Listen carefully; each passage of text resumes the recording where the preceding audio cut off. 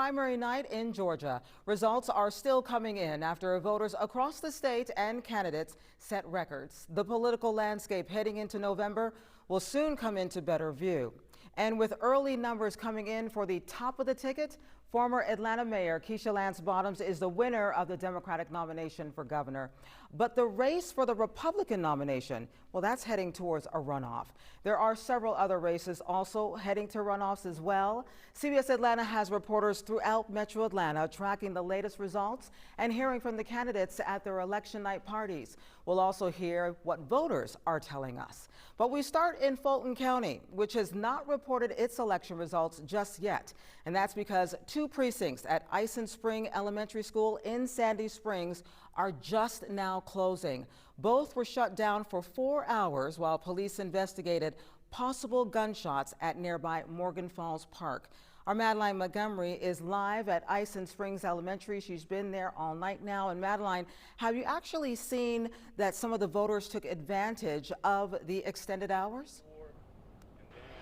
Sharon, I have. There was a lull for a bit at 7 when polling places normally close, but now you can see behind me, and I know it is a bit dark, there is a line out here, which you would not expect at 11 at night, but folks are starting to hear that they can continue to cast their ballots, which is a good thing because people told me that they were turned away because of this lockdown that happened, and we were learning that from the elections office that there were 2 people who were taken into custody because of whatever the situation was out here. And earlier today, we spoke with people in line who were saying they didn't even know what the police activity was about. They didn't know why the school was closed, and they didn't know that voting hours would be extended.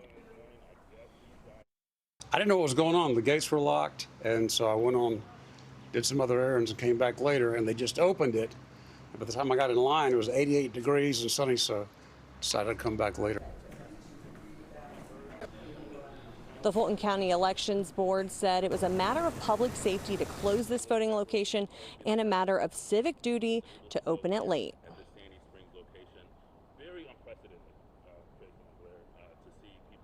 And Sharon, the board chair, emphasized that multiple lawyers looked over and determined that the county could not release any of the election results until this polling place was officially closed, and that should be any minute now. All right, Madeline, well, some tense moments leading up to it, but at least they extended the hours so that voters can at least cast their ballot. Thank you so much for your live report. Meanwhile, some Cobb County voters also had additional time to cast their ballots. A judge extended hours at 11 precincts because of a technical issue over there. The extension ranged from 9 minutes to a full hour. And one of the most highly anticipated races, the race for governor, and who will be on the ballot this November. CBS News projects that former Atlanta Mayor Keisha Lance Bottoms will win the Democratic primary. We're going to take a live picture right now. Keisha Lance Bottoms is speaking right now at her watch party where she won the Democratic Party's nomination. Let's hear what she is saying right now. From Plains, Georgia, Jimmy Carter, who defied all the odds to be elected the governor of Georgia before his election as president of the United States. I think of Senators Reverend Raphael Warnock and John Ossoff, who have shown us how to make history, how to win, and how to get to work fighting for all Georgians. So when people ask me if it can be done, I think of the words of Nelson Mandela, who said, "It always seems impossible until it's done." We will get it done in Georgia. To my husband, Derek,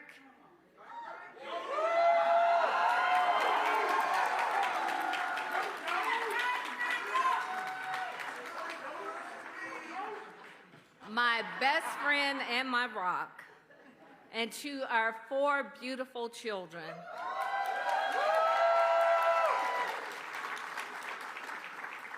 Lance, Lennox, Lincoln, and Langston, who is sick today. So thank you, Langston, for being here. He is under the weather.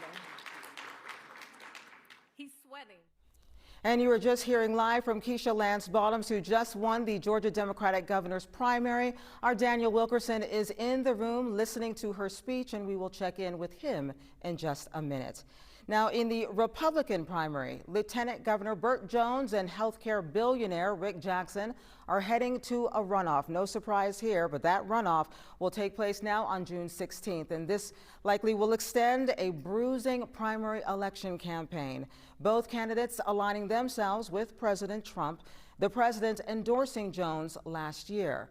Our Emily McLeod is with the Rick Jackson campaign. She joins us live from the Battery. And Emily, you were there earlier today. Now they were just preparing for everything, and now they know that they are heading to a runoff. What is the mood like over there? Well, Sharon, like you said, they were preparing for everything, and just as quickly as we got here, the event has ended. They have moved on. They are ready for the next round because Rick Jackson and Burt Jones, they are heading to a runoff. The energy here in this room just a few hours ago, it was high, and it shows that supporters see tonight as a win.